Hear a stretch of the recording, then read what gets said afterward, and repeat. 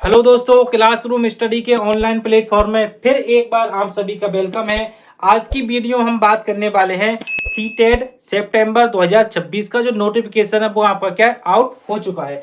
आज की वीडियो हम सबसे पहले देखेंगे कि सीटेट आपका होता क्या है, कौन कौन सीटेट के लिए आपका अप्लाई कर सकता है, सीटेट में जो पासिंग रूल है वो क्या है, सीटेट का आपका सिलेबस क्या होता है, सीटेट के लिए जो आपकी बेस्ट बुक होती है वो कौन कौन सी होती हैं, और उसके बाद सीटेट जो सितंबर 2026 है उसकी प्रोसेसिंग किस तरह रहेगी, एग्जाम का फॉर्म कब भरना है अपने को, उसके बाद एग्जाम कब होगी, रिजल्ट कब आपको देखने को मिलेगा। ठीक है, सबसे पहले हम देखते हैं सीटेट आपका क्या होता है। सीटेट एक सिंपल क्या होता है, आपका जो टीचर का एग्जाम होता है उसके लिए क्या एलिजिबल टेस्ट होता है। ठीक है, अब ये हर स्टेट के लिए आपका अलग अलग होता है। जैसे मैं आपको बात करूं कि अपनी जो राजस्थान स्टेट है इसमें इसको टेट को क्या कर दिया, रीड कर दिया है इसको।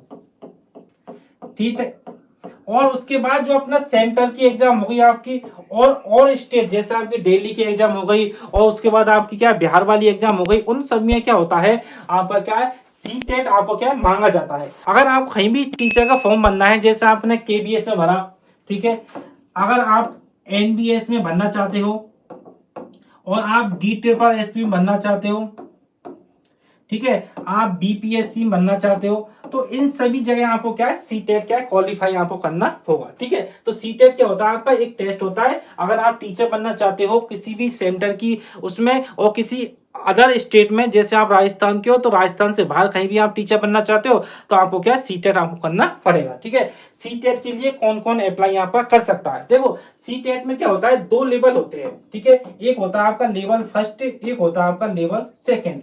लेवल फर्स्ट में वो स्टूडेंट आपका अप्लाई कर सकता है जिसने क्या है आपका एक डिप्लोमा कर रखा है। ठीक है, डिप्लोमा किसमें, एलिमेंट्री एजुकेशन में, जैसे आपने बीएसटीसी कर रखी है, ठीक है, और कहीं भी आपका जो और कोई डिप्लोमा चलता है वो आपने कर रखा है। ठीक है, और जो L2 वाला होता है उसमें वो स्टूडेंट भर सकता है जिसने क्या आपका बीएड कर रखी है। ठीक है, जिस आपने कैटेगरी से बीएड कर रखी है उसी कैटेगरी के आप क्या टीचर बनोगे, और उसी कैटेगरी में आप क्या सीटेट में आपको क्या पास करनी होगी। ठीक है, अगला जो अपना टॉपिक है वो क्या है, सीटेट में पासिंग रूल आपका कितना है। ठीक है, फिर मैं आपको बता दूं जो सीटेट होती है और जो टेट होती है उसमें जो पासिंग रूल होता है वो होता है आपका 60%। जैसे आपका 150 का ये क्या आपका एग्जाम होता है, इसमें क्या आपको 90 नंबर आपको चाहिए। ठीक है, अगर आप किसी भी रिजल्ट आप कैटेगरी से हो, जैसे आप एससी की हो या एसटी की हो, तो उनको क्या आपको कम क्या चाहिए, आपको क्या चाहिए नंबर चाहिए। अगर आप ओबीसी से हो, बात समझो, अगर आप ओबीसी से हो तो आपको कितना क्या 55 के नंबर के समथिंग आपको के नंबर चाहिए, मतलब कि आपको 82 नंबर इसमें क्या आपको चाहिए होंगे। ठीक है, तो आप तो एक क्राइटेरिया लेके चलो कि इसमें हमें क्या 60% नंबर आपको सीटेट में लाने हैं, जिससे क्या होगा आप हर स्टेट में क्या है अपना क्या है क्वालिफाई आप कर जाओगे। ठीक है, अगला आता है आपका कि सीटेट का आपका सिलेबस क्या है। देखो सीटेट का जो सिलेबस होता है वो आपका बेसिक क्या आपकी 5 इसमें क्या है हमारी सब्जेक्ट पूछी जाती है।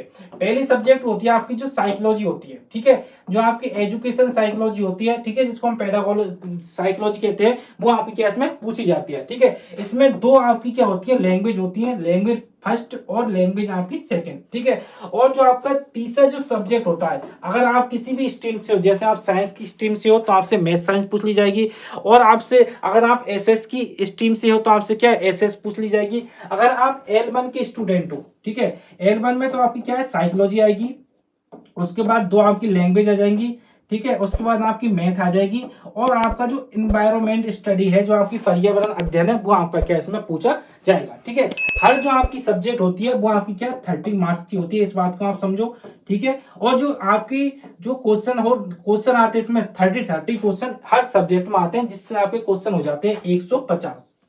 ठीक है, 150 क्वेश्चन इसमें आपके क्या हो जाते हैं, इस बात को आपको समझना है। इसमें कोई आपकी नेगेटिव मार्किंग नहीं होती। ठीक है, तो आप चाहो तो 150 में से 150 क्वेश्चन इसमें आप कर सकते हो, इस बात को आपको क्या ध्यान रखना है। ठीक है, अगला देखते हैं कि सीटेट के लिए बेस्ट बुक कौन कौन सी है। ठीक है, असली बात क्या होती है, सबसे बड़ी जो आपकी इसमें स्टूडेंट की जो कमी रहती है वो होती है आपकी बेस्ट बुक क्या वो चुन नहीं पाते। ठीक है, सीटेट का जो रिजल्ट होता है हमेशा वो आपका 5% स्टूडेंट या 10% स्टूडेंट आपको क्या है इसमें सीटेट में क्वालिफाई होते हैं। ठीक है, सबसे बड़ी प्रॉब्लम क्या होती है कि वो क्या है बुक आपकी क्या है सही से चुन नहीं पाते। ठीक है, इसके लिए आपको दो बुक फॉलो करनी होगी। ठीक है, पहली बुक तो आपकी क्या होगी थ्योरी वाली होगी, इस बात को आपको ध्यान रखना है।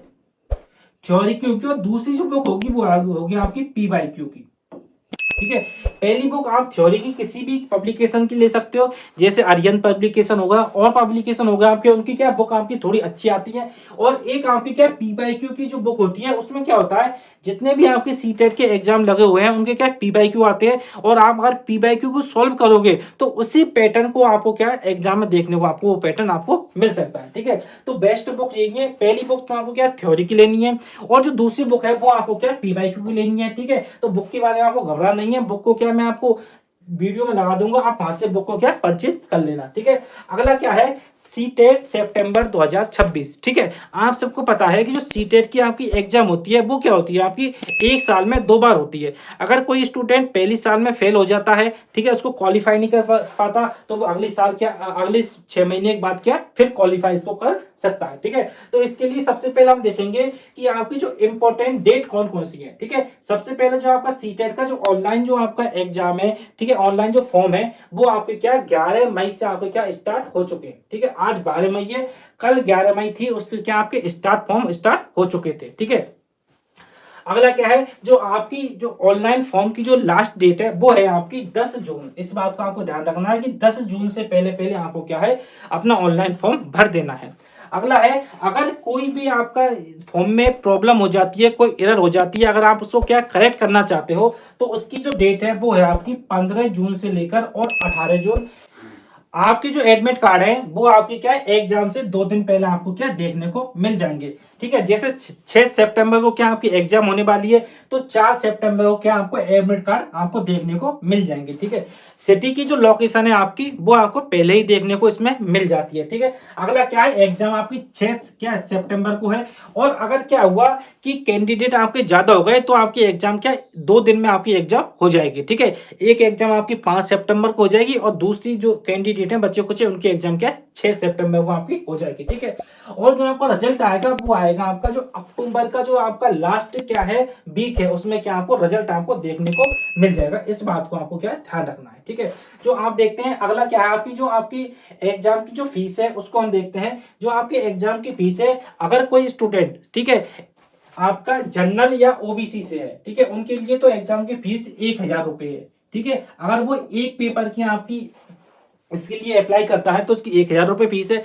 अगर वो 2 पेपरों के लिए अप्लाई करता है एक साथ, ठीक है, कि पेपर फर्स्ट भी देना है उसको और पेपर सेकंड भी देना है, तो 1,200 रुपए इसकी क्या एग्जाम फीस लग जाएगी। और कोई ST SC, ठीक है, और जो कैंडिडेट आपके, ठीक है, उनके लिए कितनी आपकी 500 रुपए फीस है। और अगर 2 पेपरों के लिए वो अप्लाई करेंगे तो इसकी फीस कितनी हो जाएगी आपकी 600 रुपए उनकी फीस हो जाएगी। ठीक है, अगला देखते हैं कि भाई इसके लिए आपके लिए और क्या इसमें महत्वपूर्ण निर्देश है। ठीक है, 2-3 चीजें आपको ध्यान रखनी है कि अगर आपने सीटेट एक बार लाइफ में पास कर लिया तो इसकी जो वैलिडिटी होती है वो हमेशा के लिए रहती है। ठीक है, इस बात को आपको ध्यान रखना है, ऐसे नहीं कि आपको हर एग्जाम के लिए सीटेट अलग से पास करने की कोई जरूरत नहीं होती।